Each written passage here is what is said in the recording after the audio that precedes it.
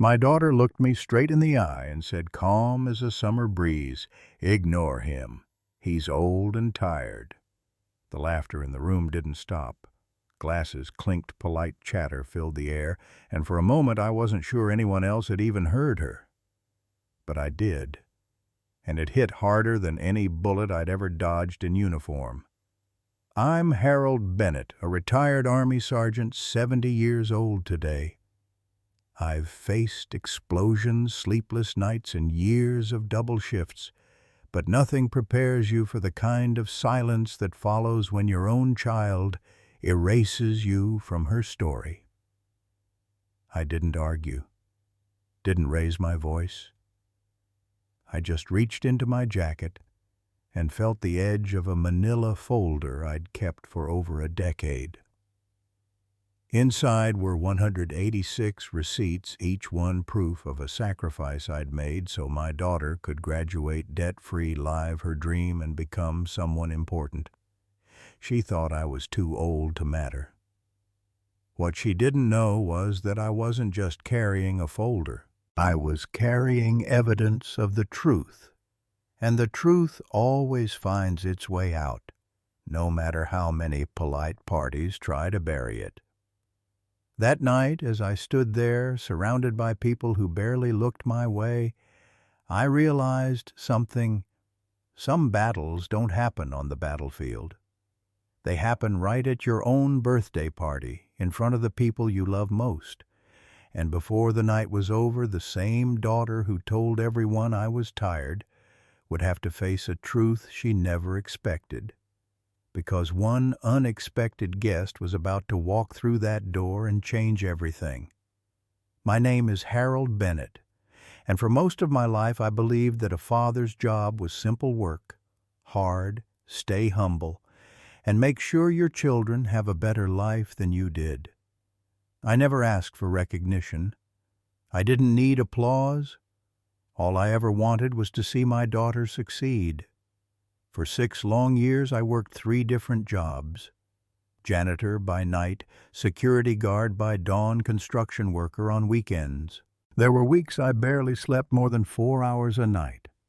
I ate instant noodles so she could afford campus meals, skipped rent payments to cover her tuition deadlines.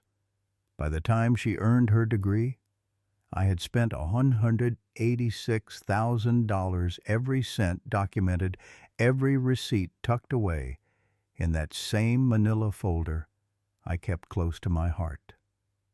Back then, I thought the exhaustion was worth it.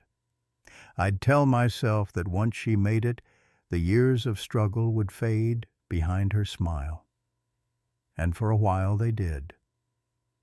My daughter, Dr. Olivia Bennett, became a respected academic, the youngest dean in her university's history.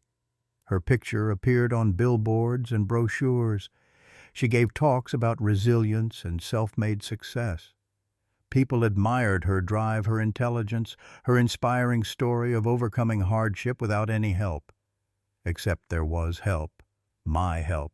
Hearing her speak about being first generation, about having no family support, felt like watching someone take a house you built with your bare hands and erase your name from the deed. It wasn't just pride that hurt, it was the lie. Because behind every late-night lecture she gave, there was a night I worked a double shift.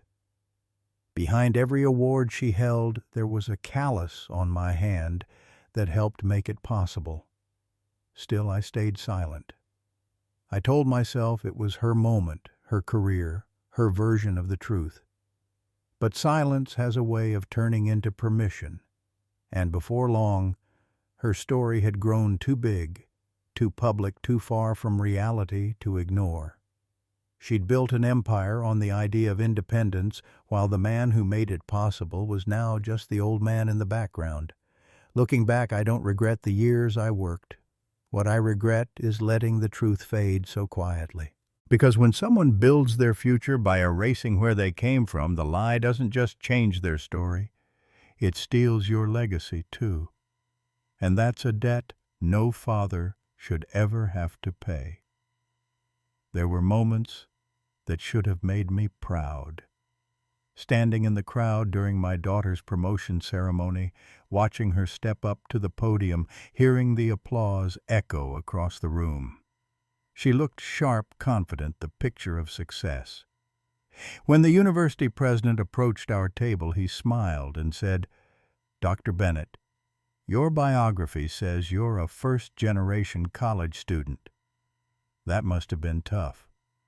Olivia nodded graciously, her tone rehearsed. It was. I worked multiple jobs, saved every penny, did it all on my own. I sat there in my best suit, the same one I bought for her graduation years ago, and smiled, because that's what fathers do. But inside something cracked. My daughter had turned the years I spent working through the night into a footnote she'd erased. And when the president looked my way, she added quickly, "This is Harold. He helps around campus, very reliable." That one sentence hit harder than any insult. I had mopped the floors of her dorm when she was a freshman, guarded the library where she studied, fixed broken railings in the very buildings where she now gave lectures. Helps around campus wasn't just inaccurate, it was erasure. Months later, at a faculty dinner in her elegant home, I found myself serving coffee while she gave a speech about perseverance. She told a room full of professors and donors how she had fought her way up without family support, without anyone who understood higher education. Her words drew nods of admiration. People clapped. I set down the coffee pot harder than I meant to. Not out of anger, but out of disbelief. How could she speak those words while the man who worked 80-hour weeks to fund her dreams stood right there pouring drinks like hired help? That night, I couldn't sleep. I went to the garage and opened an old box I'd kept for years. Inside, I found her college essay, 4 handwritten pages titled, "My Father's Hands."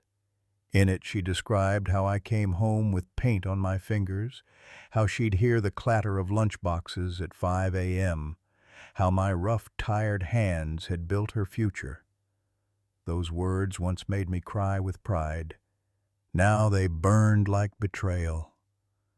Somewhere along the way, she'd rewritten the story, stripping me out of the narrative entirely. And yet I couldn't stop reading.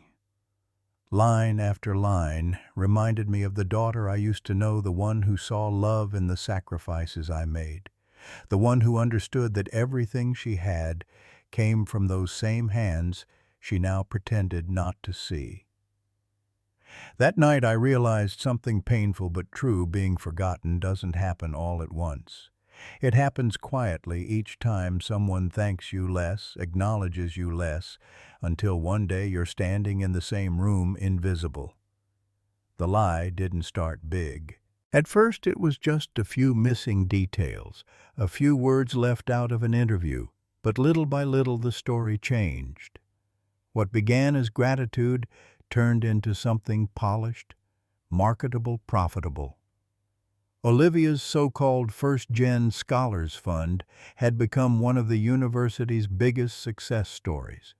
The campaign raised over $2.3 million, all built around her journey from hardship to triumph. Donors loved it. Students looked up to her. She became the face of perseverance, the woman who did it all on her own. Every few weeks, she flew out to give keynote speeches about breaking barriers, earning $15,000 per talk. I'd seen clips online, her voice strong, her story inspiring. My parents didn't understand college. She'd say so I had to find my own way. The crowd would applaud like she'd conquered the impossible. But every time I watched, I felt smaller. Because while she stood on those stages wearing designer suits and speaking about independence, I was still living in the same one-bedroom apartment I'd rented 20 years earlier. Same furniture, same flickering lamp in the corner.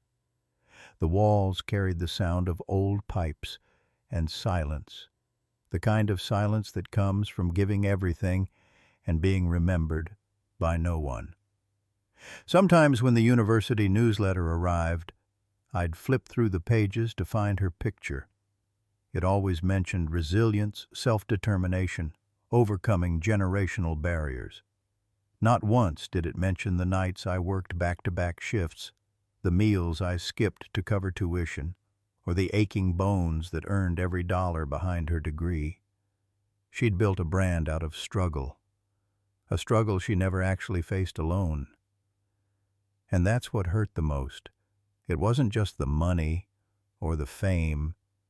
It was the fact that she'd taken the story of sacrifice and rewritten it as isolation. She'd turned my support into her obstacle. Meanwhile, my hands, those same hands that once built her future, now shook every time I paid rent, wondering how long I could keep working odd jobs to survive.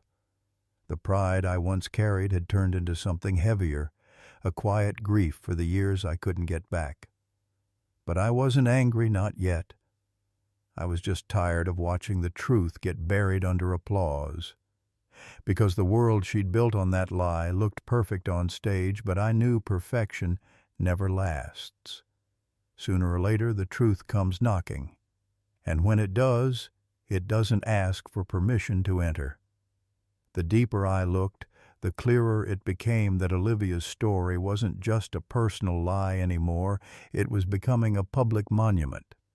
What started as a stretched truth for sympathy had grown into something that lived on brochures, donation drives, and even building blueprints. The university was preparing to unveil a $15 million facility called the Olivia Bennett Center for First-Generation Success. Her name was set to be carved in stone above the main entrance, right under a quote about overcoming family barriers. I remember staring at the announcement in disbelief. That phrase, family barriers, hit me like a punch to the chest. I wasn't a barrier. I was the foundation she built on. But in their world of fundraisers and polished speeches, the lie sounded better than the truth. Donors weren't paying to honor hard-working parents, they were paying to believe in miracles. And Olivia had become their miracle. I started to wonder where the line was between ambition and deceit. I wasn't angry about her success. I was angry that it came by erasing the very person who made it possible. The donors thought they were helping students who had no support, kids who climbed out of poverty by sheer will. But the money was raised on a story that didn't belong to her. That's not just unethical. It's dangerous. When you lie for applause, you start building walls around that lie, decorating it, protecting it, pretending it's truth. And one day, those walls turn into something permanent, a building, a scholarship, a legacy. Once it's engraved in marble, people stop questioning it. I realized if I stayed silent, her false story would outlive both of us. Generations of students would walk through those doors reading her name, believing in a version of history that never existed. And that thought kept me up at night. Because silence, I learned, doesn't just protect the liar, it helps the lie become eternal. And as much as it hurt, I knew I couldn't let that happen. The truth might come late, but if it comes with proof, it can still rewrite the story. And I had all the proof I needed sitting quietly in that old manila folder in my truck. As the night of the gala approached, I knew it wasn't just another birthday party. It was a stage, a carefully built illusion, where my daughter would once again perform the role of the self-made success. Except this time the audience was bigger, and the truth was coming with me. I wasn't walking into that mansion unarmed. Over the years, I had learned that sometimes silence is a strategy, not surrender. I had allies she didn't know existed, people who'd seen the real story unfold long before her reputation turned to gold. One of them was Marcus Rivera, now a university trustee. Years ago, we'd shared the same janitor's cart, pushing it down empty hallways at 3 a.m., trying to stay awake through endless night shifts. He had watched me patch drywall and scrub marble floors while saving every dollar for Olivia's tuition. Marcus knew my story firsthand, and when he heard her speeches about being alone, his stomach turned just like mine. He called me 2 days before the event. "Harold," he said, "if you plan to say something, say it when people can't ignore you." I didn't promise him anything, but we both knew what that meant. There was also a local reporter covering the event, a human interest piece about the janitor's daughter who became dean. They wanted quotes, photos, and emotion. They'd get all of that, but maybe not in the way they expected. Then came the final player, the one Olivia had no idea was coming, Governor Allen Hayes. He wasn't just a donor. He was a man I'd once pulled out of a burning convoy in Iraq. Back then he was Staff Sergeant Hayes, and I was the one who dragged him through the fire when everyone else had given up. We hadn't seen each other in years, but when I sent him a letter with copies of my old service records and a short note, "You might want to attend this dinner," he didn't hesitate. That night, as I buttoned my dress uniform for the first time in 15 years, I felt something I hadn't in a long time: calm. I wasn't seeking revenge. I was seeking truth. In my jacket pocket rested the same manila envelope I'd carried for decades, the one filled with 186 tuition receipts, each stamped, dated, and signed. Proof of everything. Proof that sacrifice had a name, and it wasn't none. As I looked at my reflection before heading out, I reminded myself that truth doesn't need shouting, it just needs timing. And tonight, in that room full of polished lies and polite applause, the timing would finally be right. When the evening began, everything felt rehearsed. Olivia moved through the room like she'd done it 100 times before, smiling for donors, shaking hands with trustees, thanking people for believing in her story. She looked untouchable, confident, the image of success. But confidence built on a lie has cracks you can't always see until the right light hits it. Dinner had barely started when one of the trustees, Mr. Morrison, raised his glass and said how inspiring it was to meet the daughter of a true first-generation success. I could see Olivia's smile tighten, the kind she used when she needed to keep control. She started to explain the same line she'd rehearsed for years about growing up with no family guidance, no understanding of college, no support. That's when I decided to ask a simple question. "What exactly does first generation mean, Mr. Morrison?" He looked at me, surprised but polite. "It means a student whose parents didn't go to college, no family support or experience with higher education." Olivia's hand clenched around her wine glass. "Dad," she said softly, "maybe you should let us handle this discussion." But I wasn't trying to start a fight. I was trying to clarify something. "No family support," I repeated. "That's interesting, because I attended every parent orientation the university offered. 2002, 2003, 2004, 2006, 4 in total." The table went quiet. Mr. Morrison leaned forward. "You did?" I nodded. 2-hour drives each way. I never missed one.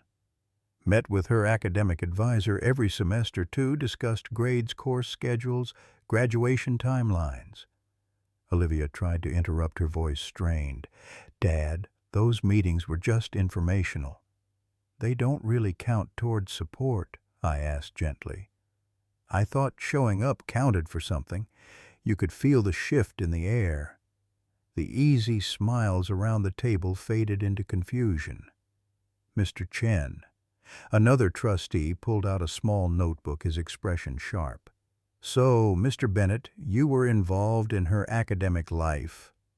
"Completely," I said. "I may not have had a college degree, but I understood how much it mattered. I worked nights so I could be available during the day when she needed help. paid every tuition bill myself cash?" Olivia's voice cracked slightly. "The federal definition isn't the same as the moral one," I said, looking directly at her. That line hung in the air like smoke. You could see the doubt spreading around the table. People weren't angry yet. They were curious. And curiosity is the first crack in any well-built lie. I didn't raise my voice. I didn't reach for the envelope in my jacket. The proof could wait. Tonight, words would do enough damage on their own. As the conversation drifted awkwardly toward dessert, I noticed the unease in Olivia's face. She kept smiling, but her eyes betrayed her. She knew the truth wasn't just following her anymore. It was sitting right across the table, patient and quiet, waiting for the right moment to speak. I was halfway through a quiet conversation with one of the trustees when the energy in the room shifted. The noise softened like someone had just opened a door to a different kind of silence, the kind that demands attention. Heads began to turn toward the entrance. That's when I saw him. Governor Allen Hayes, tall and composed, stepping through the doorway in his dark navy suit. He carried himself like a man used to rooms like this, confident but alert. Olivia straightened immediately, her polished smile returning, as if she'd just spotted her next major donor. She had no idea what was coming. Hayes paused at the threshold, scanning the crowd, and for a brief second our eyes met. Recognition flashed across his face. He broke into a grin and crossed the room in long strides. "Harold Bennett," he said loud enough for the nearby tables to hear.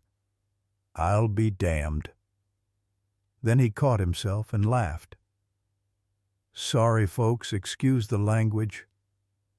This man saved my life." The room froze.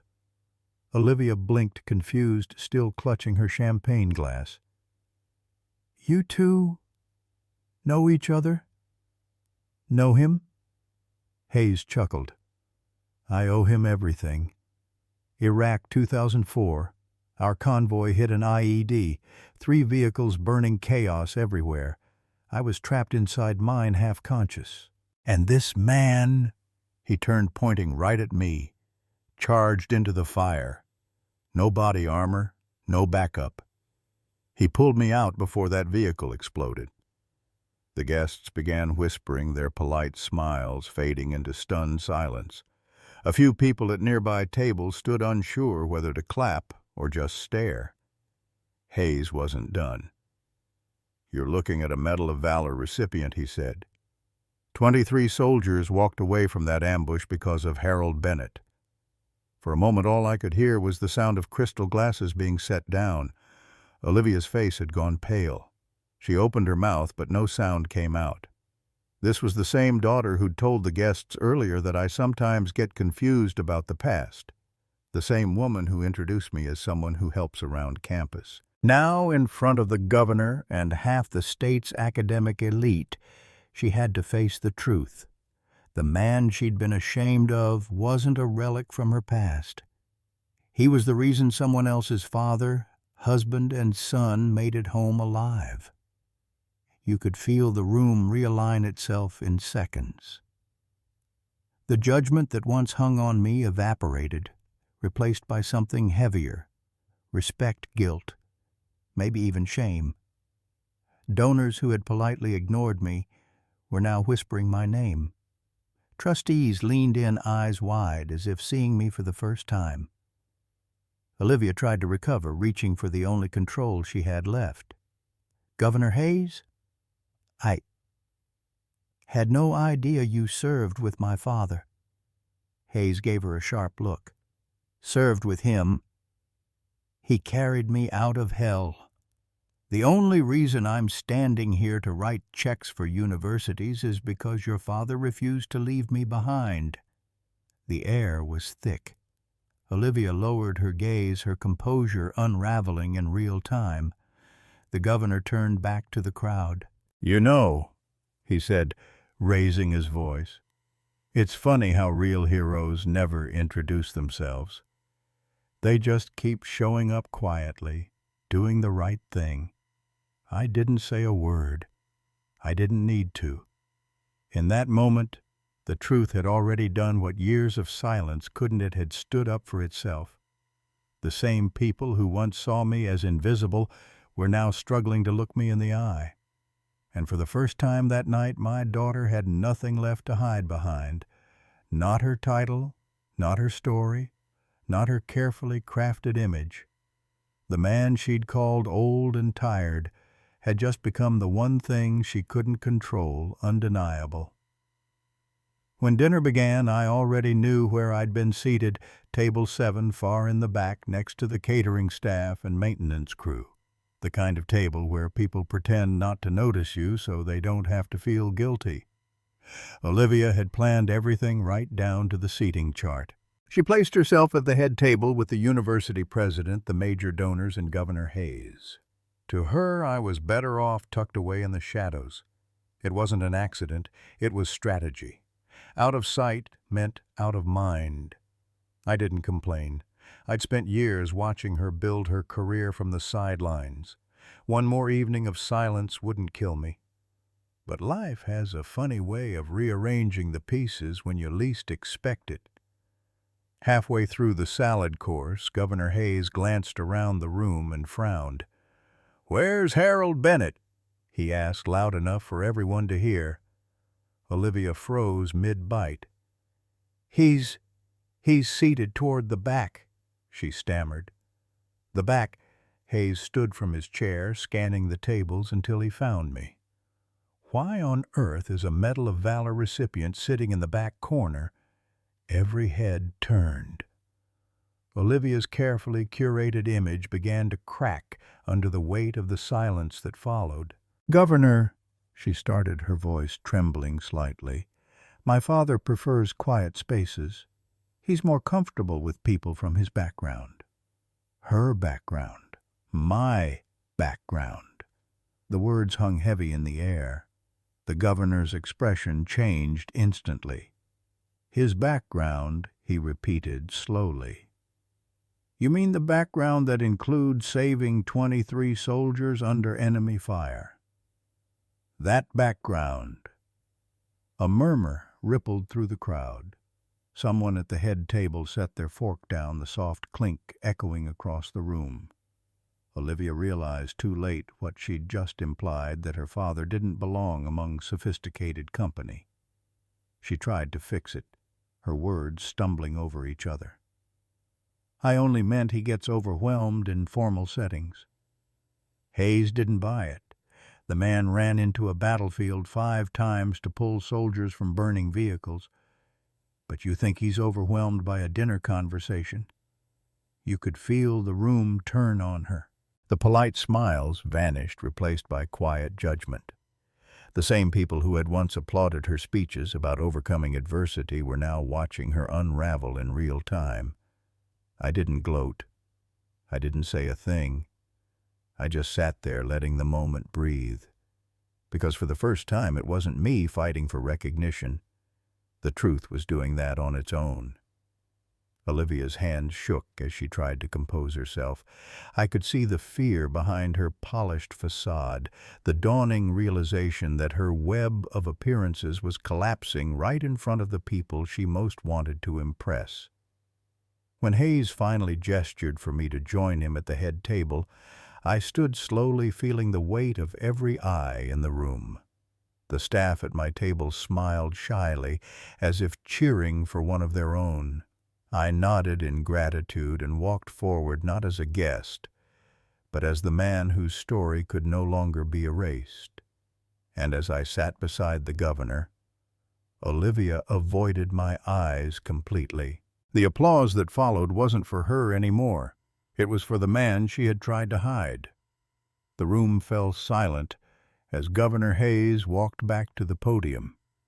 He adjusted the microphone, his tone shifting from casual to commanding. You could feel the weight of what was coming. This wasn't just another donor speech. It was something else entirely. I came here tonight to celebrate achievement. He began, his voice steady and clear. But before we talk about buildings or donations, I want to tell you about courage, the kind that doesn't fade with age or titles. The chatter stopped completely. Every fork, every whisper froze. October 2004. Hayes continued. Baghdad. Our convoy hit an IED. 3 vehicles went up in flames. 23 soldiers trapped or wounded. One charged back into that kill zone 5 separate times to pull us out. He paused, letting the silence stretch. That man was Staff Sergeant Harold Bennett. A collective murmur swept across the room. Olivia's shoulders stiffened. Hayes reached into his jacket and pulled out a small, folded paper. I carry this with me everywhere, he said softly. A copy of his Medal of Valor citation. Let me remind you what it says. His voice grew stronger as he read, for extraordinary heroism at the risk of his life beyond the call of duty. Sergeant Bennett entered a burning combat zone repeatedly, under enemy fire, rescuing 23 soldiers, including his commanding officer. He looked up. That commanding officer was me. The room erupted into a stunned hush. Some gasped quietly. Others leaned forward in disbelief. Hayes turned toward me, eyes glistening with gratitude that words couldn't capture. Without him, I wouldn't be standing here tonight. I wouldn't have a wife or kids or this career.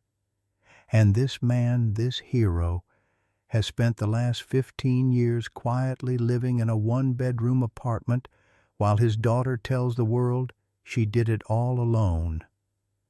The air thickened. You could almost hear hearts breaking as he continued. I've seen the records, Hayes said firmly. Every tuition receipt, every overtime slip, every payment made by hand. 186 of them. Harold Bennett didn't just raise a daughter, he financed her education dollar by dollar, shift by shift, sacrifice by sacrifice. He turned toward Olivia, who sat motionless, her face pale as marble. The world was told she had no family support, that she was the face of perseverance. But the truth is, she had a father who refused to quit. Until she had every opportunity, he never did. No one moved. The silence felt sacred. This is what real resilience looks like, Hayes said, his voice softening. Not in boardrooms or press releases, but in long nights, hard hands, and unspoken love. He folded the citation slowly, placing it back into his pocket. Then he smiled faintly. You know, heroes like Harold don't ask for recognition, but that's exactly why they deserve it. The audience rose to their feet before he even finished the sentence. Applause thundered through the hall, not the polite kind reserved for ceremonies, but the raw, emotional kind that comes from truth finally being seen. Olivia didn't stand. She sat frozen in her chair, the applause echoing around her, unable to escape the reality unfolding before her. For years, she had built her name on a story that didn't belong to her. But that night the story returned home to the man who had lived it, bled for it, and carried it quietly until the world finally remembered his name. The applause was still echoing when Governor Hayes raised a hand, signaling the crowd to settle. His voice, calm but resolute, filled the hall again. Tonight isn't just about exposing a lie, he said. It's about restoring what was stolen honor. He turned toward me and smiled. That's why I'm proud to announce something that's been in the works for months. The state of Michigan, in partnership with this university, is creating the Harold Bennett Scholarship Fund, a program dedicated to supporting the children of military veterans who've sacrificed everything so their families could have a chance at education. The room broke into another wave of applause, louder and warmer this time. The sound wasn't polite. It was grateful, real. Hayes continued, his tone softening. Too often we tell stories about success without acknowledging the people who made it possible. We glorify the finished product and forget the foundation it stood on. This fund will make sure that never happens again. He explained that the scholarship would be co-funded by the state and the university, offering full tuition to students whose parents worked multiple jobs, served their country, or made extraordinary sacrifices to keep education within reach. It's about honoring quiet strength, he said, the kind that doesn't make headlines but changes lives. As he spoke, the spotlight shifted, literally. The stage lighting dimmed around the head table and brightened where I stood. I wasn't used to it. The attention, the noise, the eyes on me. I had lived most of my life in the background, content with small victories and private sacrifices. But at that moment, every choice I'd made, the sleepless nights, the double shifts, the missed birthdays, suddenly had meaning again. I could see people turning toward me, clapping, some even wiping their eyes. Across the table, Olivia sat motionless. Her face was pale, her expression unreadable. For years, she had been the one under the spotlight delivering speeches about resilience and independence. But tonight, the light no longer belonged to her. Hayes extended his hand toward me. "Mr. Bennett," he said, "you've already given this country enough, but tonight we give something back to you. Your name will stand for every parent who chose sacrifice over comfort, every veteran who traded rest for their child's future." I shook his hand, unsure what to say. The words that finally came were simple. "Thank you, Governor. I never wanted recognition. I just didn't want the truth to die quietly." The crowd stood again, clapping harder this time. Not for power, not for politics, but for something real. As I looked around, I caught Olivia's eyes for just a moment. She didn't speak. She didn't need to. The silence between us said everything. For years she had borrowed my story to build her world. Now, the truth had returned to its rightful owner. That night I learned something important. Justice doesn't always arrive in anger. It sometimes walks in quietly, hand in hand, with grace.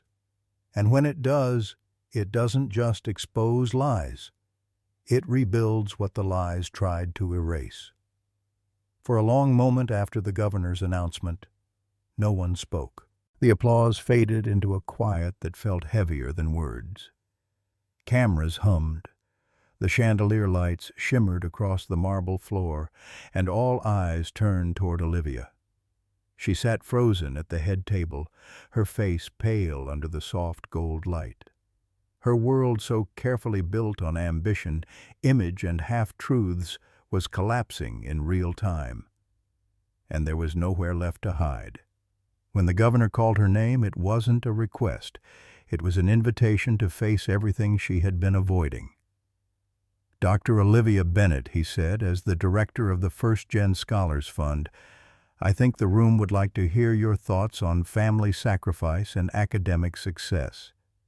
You could have heard a pin drop. 95 guests, 2 news crews, half the university's board, all waiting.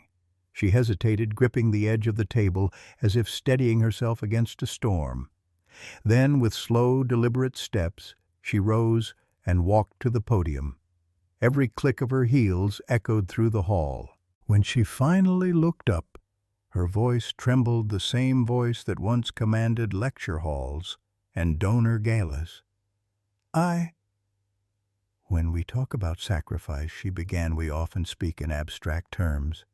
Determination, perseverance, resilience.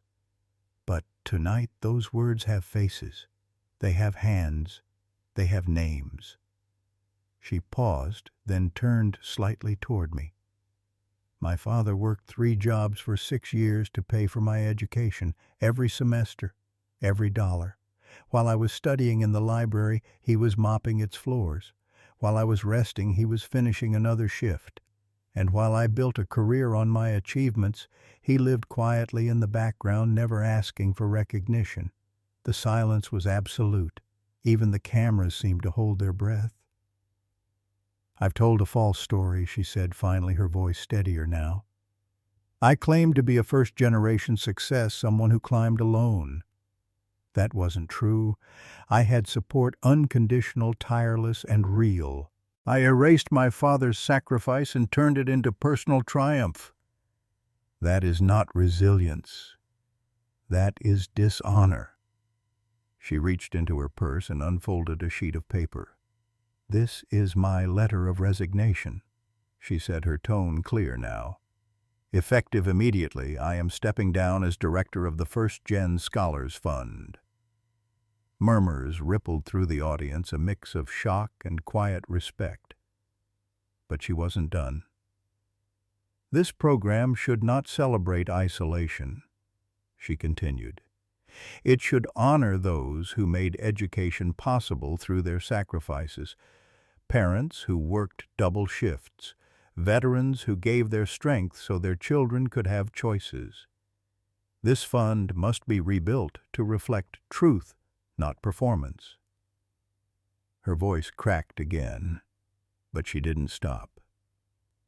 "If I've learned anything tonight, it's that success built on denial is just failure in disguise. My father gave me more than an education. He gave me a story of love, duty, and perseverance that I was too proud to tell. That ends now." For a few seconds, no one moved. Then, one by one, people began to clap. Not politely this time, but with genuine emotion. Slow, deliberate applause that grew into a standing ovation. The sound filled the hall, washing over her like redemption. Olivia stepped back from the microphone and looked at me, tears streaking her face. I stood too, not to gloat, but to acknowledge something rare. The courage to tell the truth when it costs you everything. That night my daughter didn't just lose her position. She found her integrity. And for the first time in years, I saw the same light in her eyes that I had once seen when she was a little girl, holding her first report card, proud and honest, before the world taught her to hide behind perfection. The room erupted into thunderous applause the moment Olivia stepped away from the podium. It wasn't the kind of applause that comes out of habit. It was raw, emotional, almost cleansing.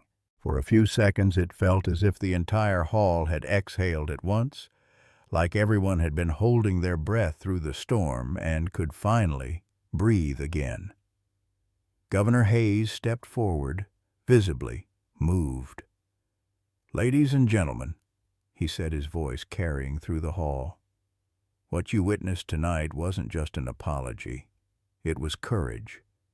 And courage deserves not just forgiveness, but action."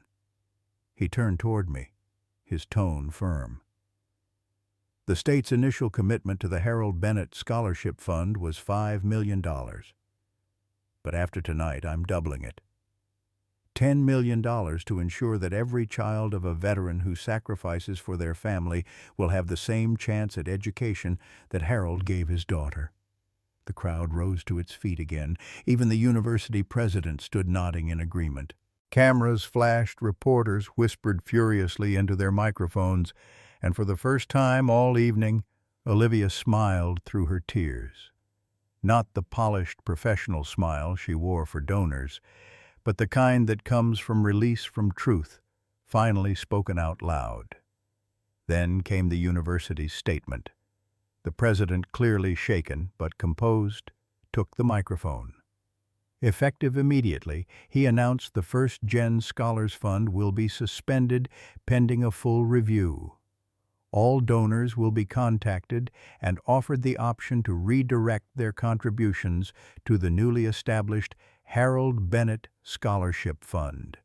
This institution stands for truth, and we will ensure every dollar serves that purpose. You could feel the shift in the room. What had started as a celebration built on illusion had transformed into a moment of reckoning and then redemption. The same people who had come to honor a false story were now witnessing the rebuilding of something real. As the evening wound down, people came up to shake my hand. Some thanked me for my service. Others simply said, "You raised her right." I didn't correct them, because in a strange way, they were right. Tonight, my daughter finally lived up to the values I'd tried to teach her. When the cameras turned off and the crowd began to thin, Governor Hayes leaned over to me and said quietly, "Harold, there's a line I've been thinking about all night. You might want to make it the motto for your scholarship fund." I raised an eyebrow. "What's that?" He smiled. "No glory can stand on a lie." The words hit me harder than any metal ever could, because that was the truth of it all. You can build an empire on deception. You can impress the world with polished speeches and glittering titles, but sooner or later, the foundation cracks. And when it does, all that's left standing is character. That night, for the first time in years, I drove home feeling lighter. Not because the past was erased, but because the truth had finally taken its rightful place.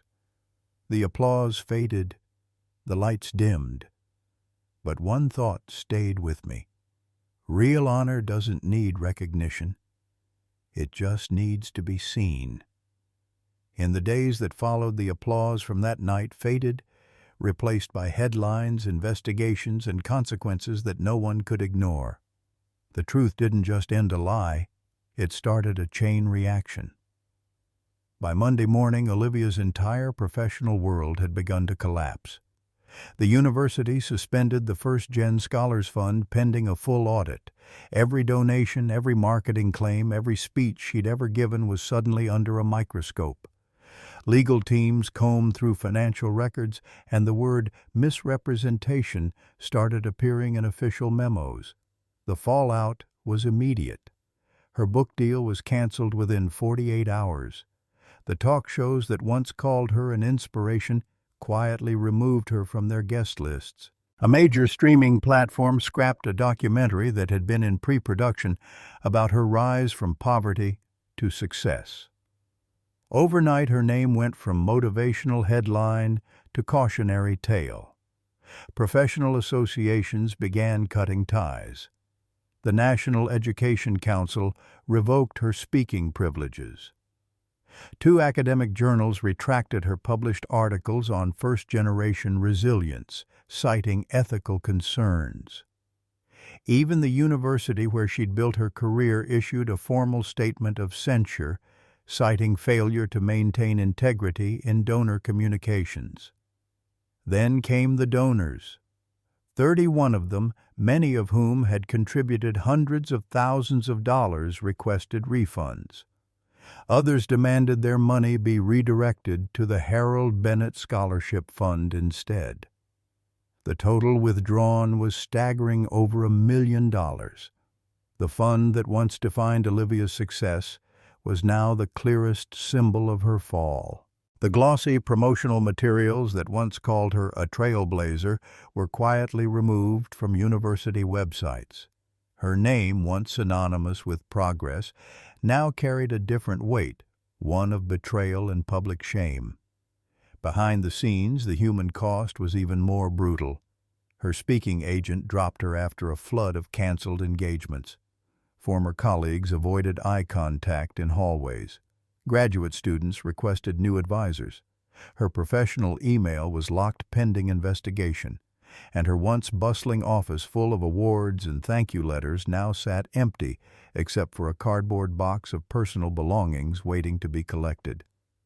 But the harshest punishment wasn't public. It was private. Olivia had spent 2 decades chasing admiration, measuring her worth through applause and achievement. Now she was left with the silence of her own choices, a silence far louder than any scandal. In a single week, she had gone from being the university's shining star to a living reminder of how quickly moral shortcuts unravel. She wasn't fired for incompetence or misconduct. In the traditional sense, she was undone by something far deeper, the belief that image mattered more than truth. Watching it all unfold, I didn't feel vindicated. I felt something closer to sadness. Because what destroyed my daughter wasn't just the lie itself, it was how long she'd lived inside it. The world loves success stories, but it has little mercy for false ones.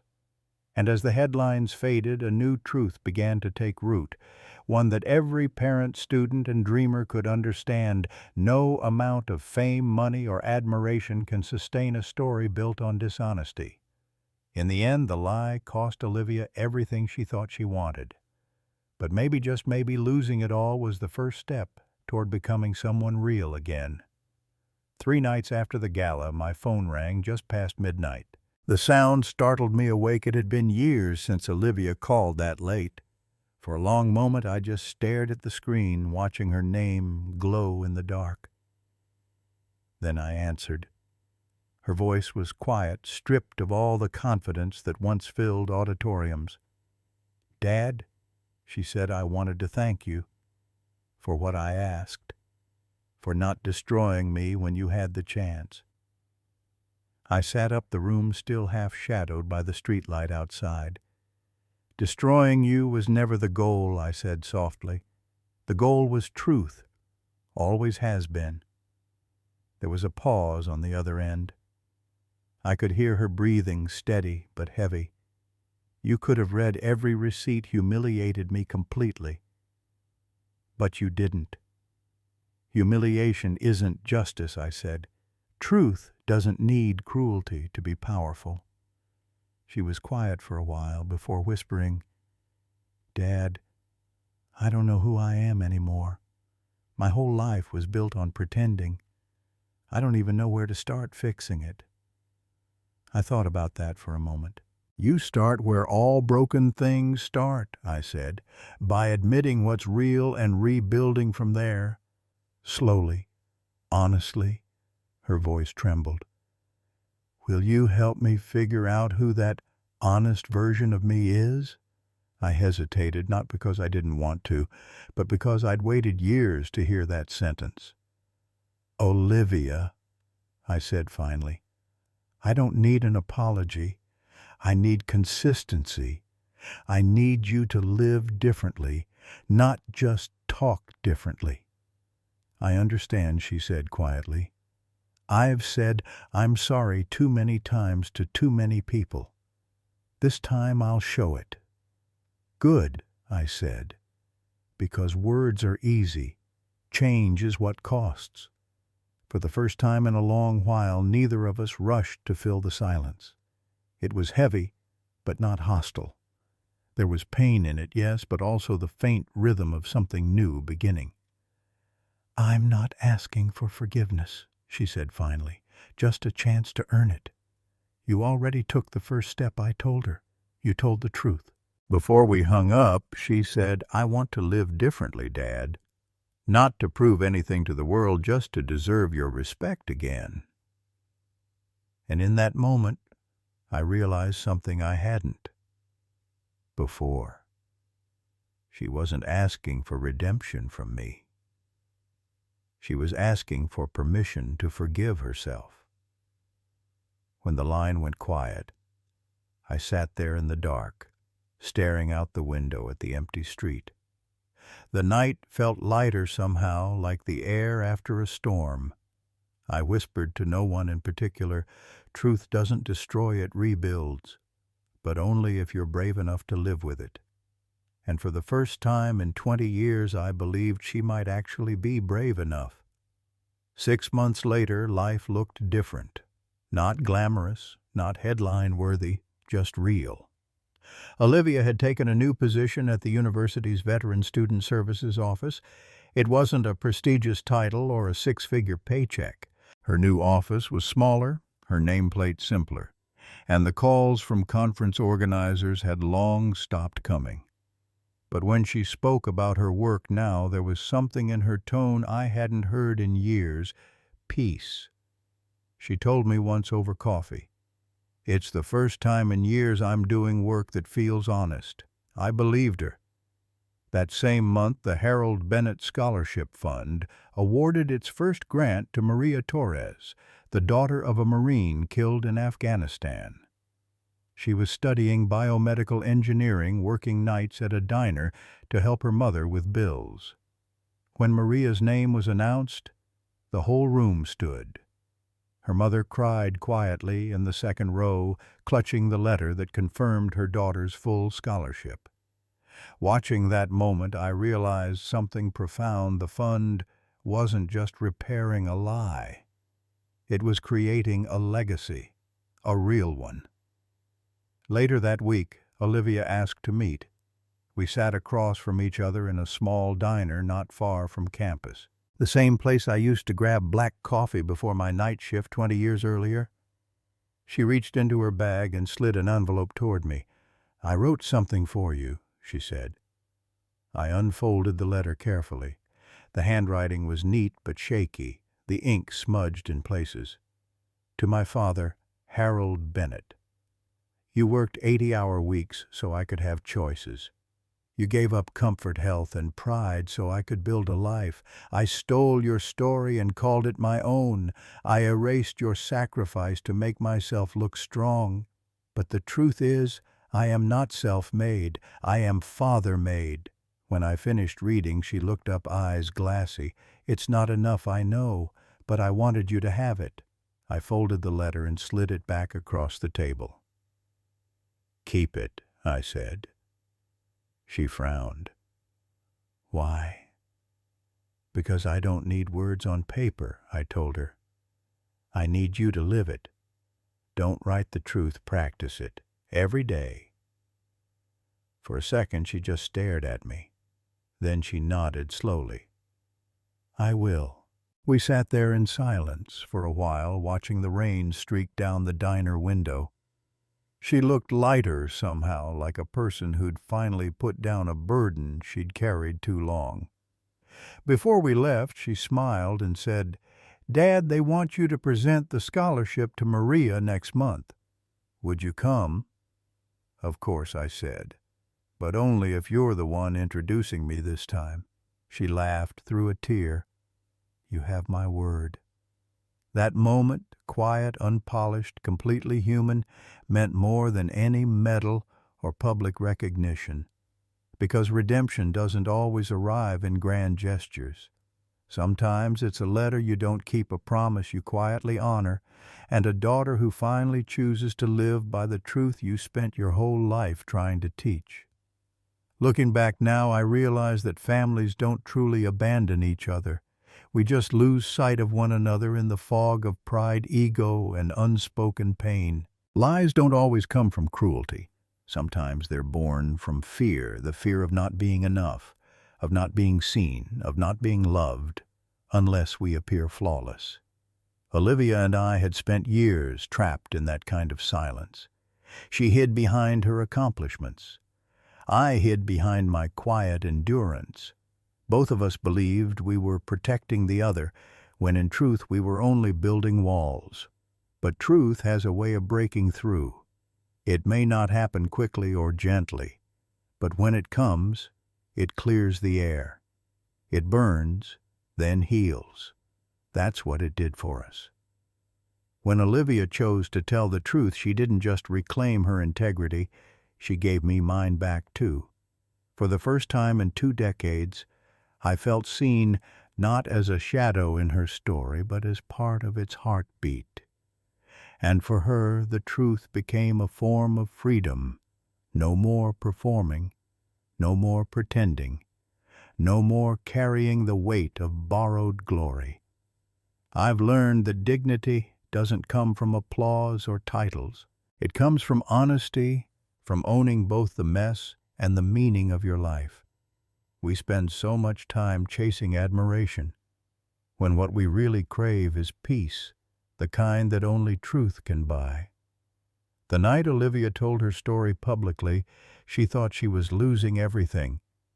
But that night, we both gained something far greater, the chance to start again, this time, without pretending. So now, whenever I think about what we went through, I don't feel bitterness. I feel gratitude for the pain that woke us up, for the courage it took to tell the truth, and for the quiet understanding that came after. Because in the end, truth doesn't destroy, it redeems. It gives you back your name, your story, your freedom. And if you've ever had someone take credit for your sacrifice, erase your part in their success, or rewrite your truth to make themselves look better, don't stay silent. Tell your story. You might be surprised by what happens when you finally do. Have you ever had someone take credit for your hard work or your sacrifice? If so, share your story. You never know who might find the courage to tell theirs because you told yours first.